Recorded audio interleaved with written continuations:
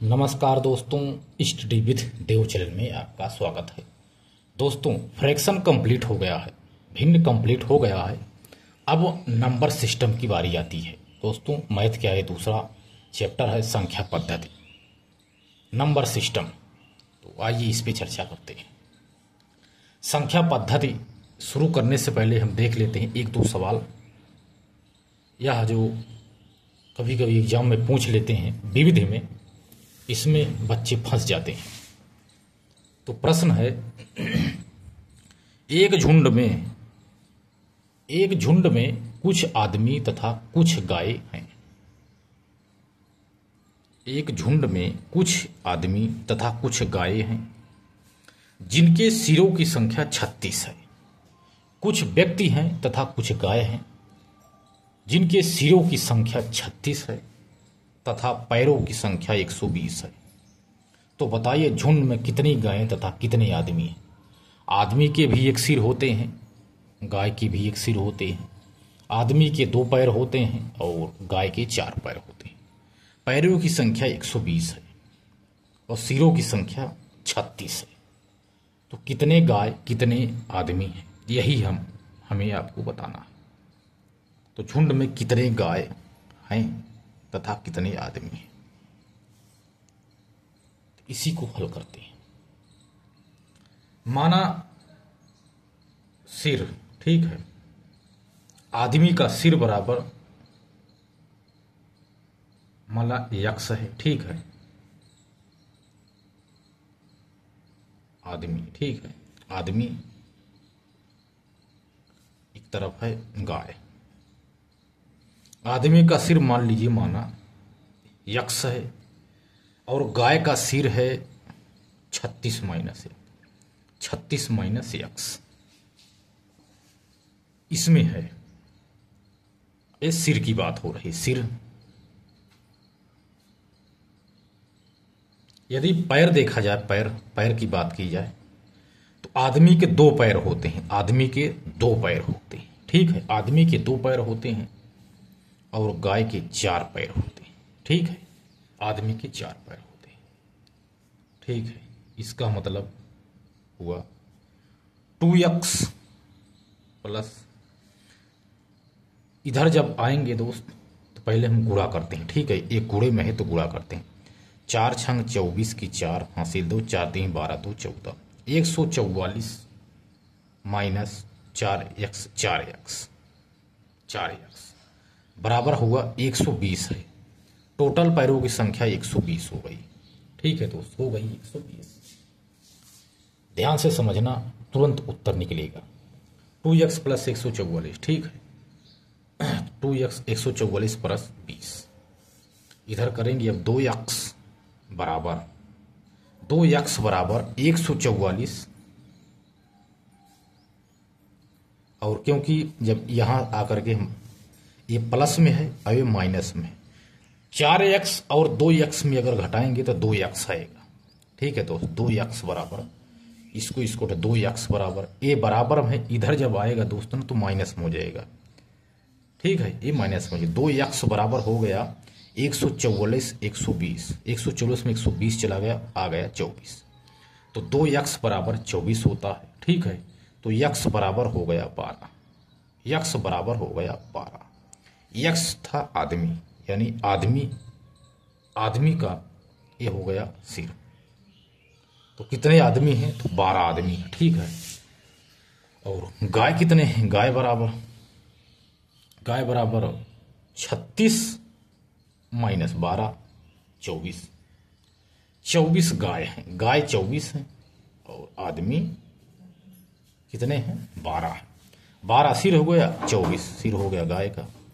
तो 12, देखो अगर सिर ज्ञात करना, देखो 12 दूनी 24 सिर इसका हो गया। देखो यहाँ पर सिर की अगर बात की जाए तो कितने अलग अलग, पैर की बात की जाए तो आदमी में 2 पैर होते हैं, तो 12 गुणे 2 बराबर 12 दूनी 24 हो गया।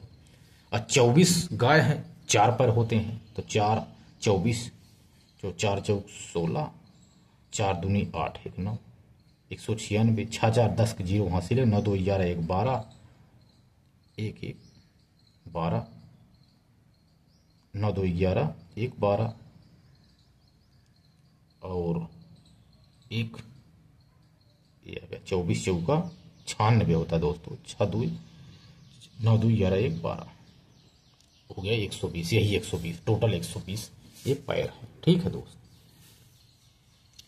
अगला सवाल इसी तरह से आपको अगला सवाल हल कर लेना। तो बताइए दोस्त अगला सवाल। एक झुंड में आदमी तथा घोड़े जा रहे हैं। कोई झुंड है दोस्त, उसमें कुछ व्यक्ति हैं कुछ घोड़े हैं, दोनों जा रहे हैं। ठीक है, जा रहे हैं। आधे आधे आदमी अपने घोड़ों पर बैठे हैं। आधे आधे आदमी अपने घोड़ों पर बैठे हैं। यदि जमीन पर कुछ पैरों की संख्या 200 है, यदि जमीन पर कुल पैरों की संख्या 200 है, तो बताइए कितने आदमी तथा कितने घोड़े उस झुंड में हैं। एक झुंड में आदमी तथा घोड़े जा रहे हैं। आधे आधे आदमी अपने घोड़ों पर बैठे हैं। ठीक है, यदि जमीन पर कुल पैरों की संख्या 200 है, तो बताइए कितने आदमी तथा कितने घोड़े उस झुंड में हैं। तो एक तरफ लिख लेंगे दोस्त आदमी, एक तरफ लिख लेंगे घोड़े। घोड़े, ठीक है, आदमी और घोड़े। आदमी के यक्स, मानना आदमी है यक्स, घोड़े हैं क्योंकि आदमी के 2 पैर होते हैं। ठीक है, तो 2 गुणे यक्स। ठीक है, 2 गुणे यक्स, 2 हैं पैर हैं, एक आदमी है। और इसमें जो घोड़े हैं दोस्तों यक्स गुणे 4 पैर हैं, इसमें 4 पैर हैं, एक सिर है।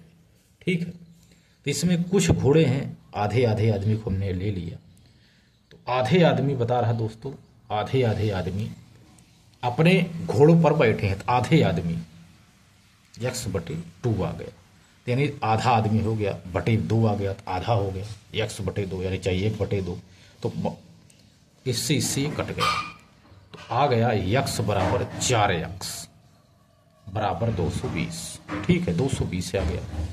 4 1 5 यक्स बराबर 5 यक्स बराबर हो गया 200, यक्स बराबर हो गया 40। 8 5 20 40, यानी 40 आंसर प्राप्त होगा।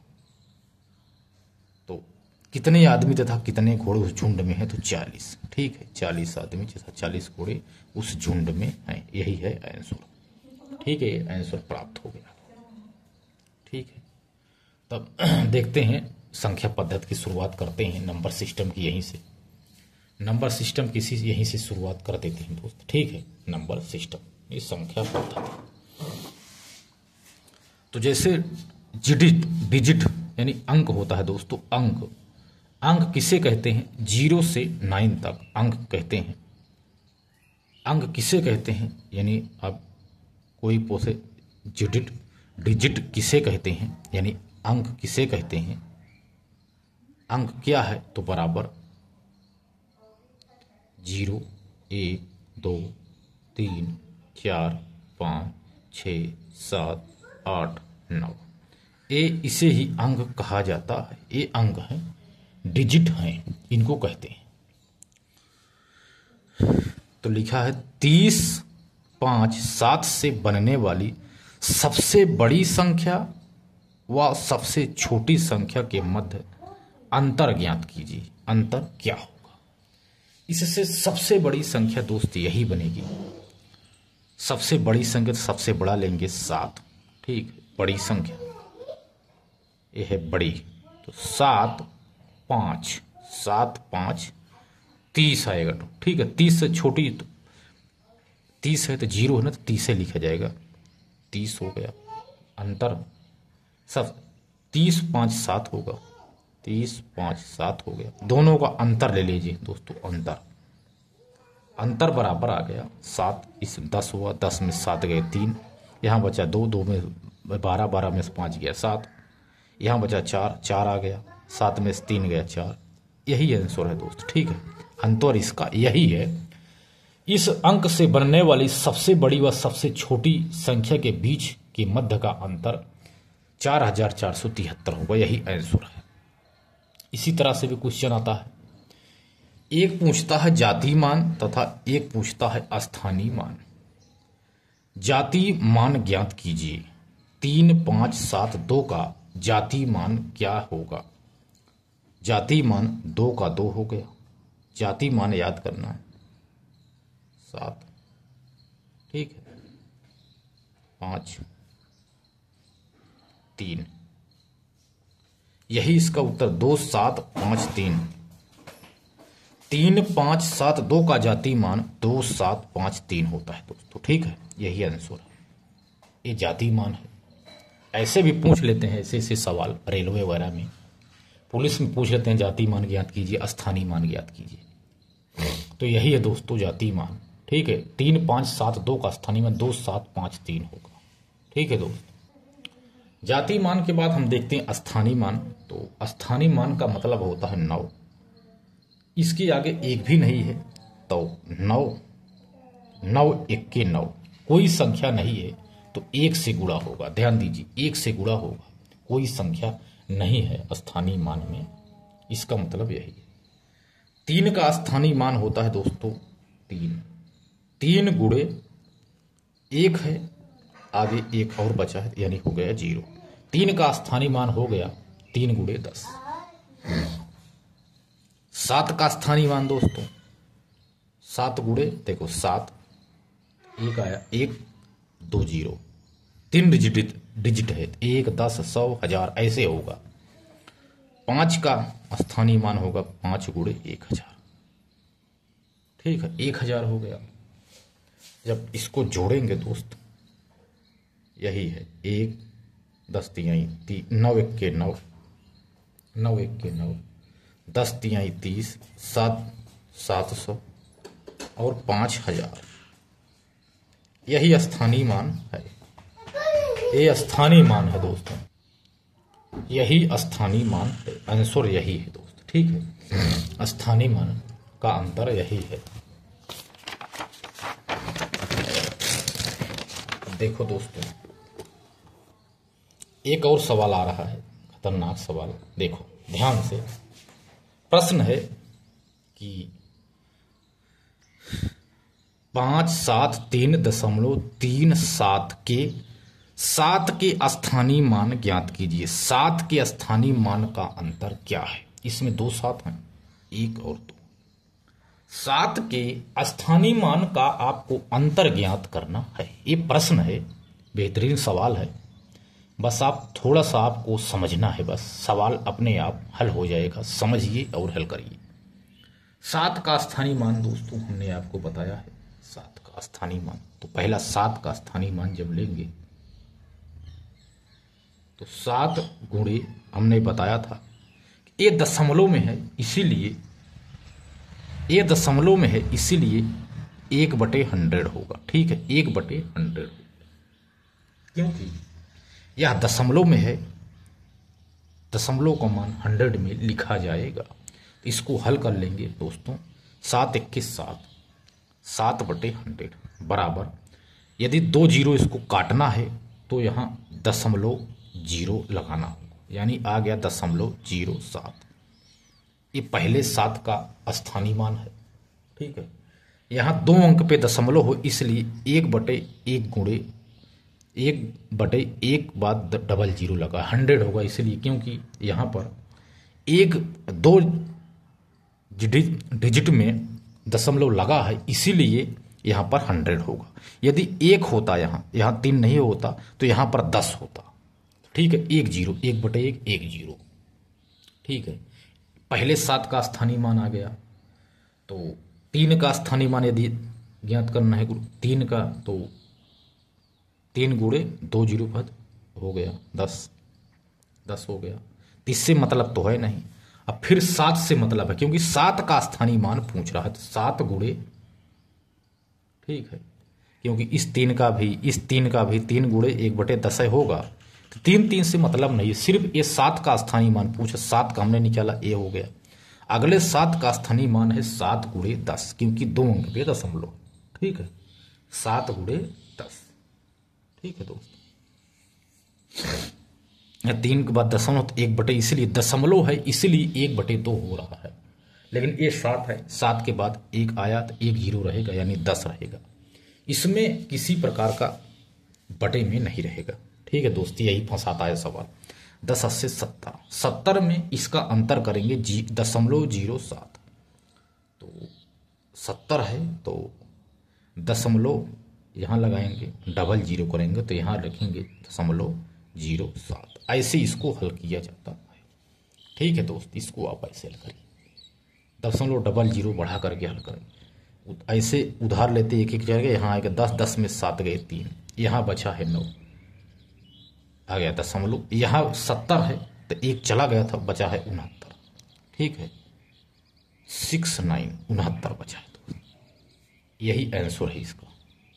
7 का स्थानीय मान का अंतर यही है 69.993। ठीक है दोस्त, अगला सवाल है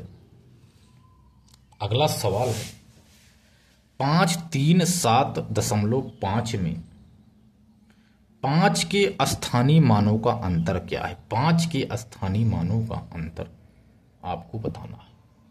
5 का स्थानीय मान का अंतर क्या है। तो दोस्त इसका इस मान का अंतर यही है। पहले 5 का हम निकालेंगे, 5 गुणे 1/10, क्योंकि 1 अंक पे दशमलव हो तो बटे में रहेगा, ध्यान देना, यही हमने बताया था आपको। तो 5 1 के 5, 5/10, जीरो इसको जब काटेंगे तो यहाँ आ जाएगा दशमलव 5 आ गया। पहले 5 का मान आ गया, स्थानीय मान 5 आ गया, 0.5। तो इन तीनों का हल नहीं करना, दोनों का, तो हमने सिर्फ 5 का बताया था, तो 5 का कर लीजिए। 5 गुणे 2 अंक है, ठीक है, 1 2, 1 के बाद 2 अंक रहेगा, यानी 5 गुणे 100 बराबर 500 आया। 500 में से 0.5 घटाएंगे, ठीक है, 0.5 घटाएंगे, ठीक है, दशमलव को नीचे ही दशमलव लिखेंगे, दशमलव लिख दिए तो जीरो कर देंगे, इसका आ जाएगा। तो इसमें से उधार लेते आएंगे, यहाँ 10, 10 में से 5 गया 5, ठीक है, दशमलव लिख देंगे, दशमलव आ गया। यहाँ 9 बचा, यहाँ 9 बचा, यहाँ 4 बचा, यानी 499 बच गया। ठीक है दोस्त, 499.5 आंसर आ गया। ठीक है, ये आंसर प्राप्त हो गया। इसके बाद हम आते हैं प्राकृतिक संख्याएं। प्राकृतिक संख्याएं पर दोस्त हम चर्चा करते हैं, किसे कहते हैं प्राकृतिक संख्याएं। प्राकृतिक संख्या किसे कहते हैं, प्राकृतिक संख्याएं किसे कहते हैं। तो गिनती की सभी संख्या को प्राकृतिक संख्याएं कहते हैं। जैसे 1 2 3 4 5 6 7 8 9 10 11 12 13, यानी गिनती की सभी संख्या को प्राकृतिक संख्या कहते हैं। अगला पूर्ण संख्या। पूर्ण संख्या किसे कहते हैं, पूर्ण संख्या यानी जीरो से, यदि इस प्राकृतिक संख्या में जीरो को शामिल कर लिया गया तो यानी यह पूर्ण संख्या हो गई। 0 1 2 3 4 5 6, ठीक है। प्राकृतिक संख्या 1 से शुरू होती है, लेकिन पूर्ण संख्या 0 से। प्राकृतिक संख्या में यदि 0 को शामिल कर लिया जाए तो उसे ही कहते हैं पूर्ण संख्या। वास्तविक संख्या किसे कहते हैं। वास्तविक संख्या अपरिमेय संख्याओं से मिलकर बनता है। तो वास्तविक संख्याओं का निर्माण परिमेय तथा अपरिमेय संख्याओं से मिलकर होता है। वास्तविक संख्याओं का निर्माण परिमेय तथा अपरिमेय संख्याओं से मिलकर होता है। जैसे एग्जाम्पल ले लेते हैं, एग्जाम्पल 2 3 0 1 इसमें शामिल नहीं होगा वास्तविक संख्या में। 2 3 5 7 4/7 √5 √7 √31 etc आदि ये वास्तविक संख्याएं हैं। 0 1 को छोड़ करके 2 से शुरू करते हैं, 2 3 5, ठीक है। इसे अभाज्य भी मतलब विषम भी संख्या कहेंगे 2 के बाद। 3 5 7 ये विषम संख्या भी है। तो वास्तविक संख्या 2 3 5 7 4/7 √5 √7 √31 etc आदि। इसके बाद अगला है प्रमेय संख्याएं किसे कहते हैं? परिमेय संख्याएं ज्ञात करेंगे। परिमेय संख्याएं किसे कहते हैं? आइए परिमेय संख्या पे चर्चा करते हैं। तो वह संख्याएं जिन्हें P/Q के रूप में लिखा जा सके, पर लेकिन Q का मान 0 के बराबर ना हो तथा P व Q पूर्ण पूर्णांक हो, उसे ही परिमेय संख्या कहते हैं। वह संख्याएं जिन्हें P/Q के रूप में लिखा जा सके, जहां पर Q का मान 0 के बराबर ना हो तथा P व Q पूर्णांक हो, उसे ही परिमेय संख्या कहते हैं। एग्जाम्पल है जैसे 2/3। ये 2/3 PQ है। PQ 2/3, 2, 4, 5, 22/7 ETC। यहां पर G का मान यानी Q का मान नहीं है, इसके प्रति Q का मान नहीं है, 0 के बराबर नहीं है Q का मान, ध्यान देना। ठीक है, तो एक प्रश्न है, आइए देखते हैं प्रश्न।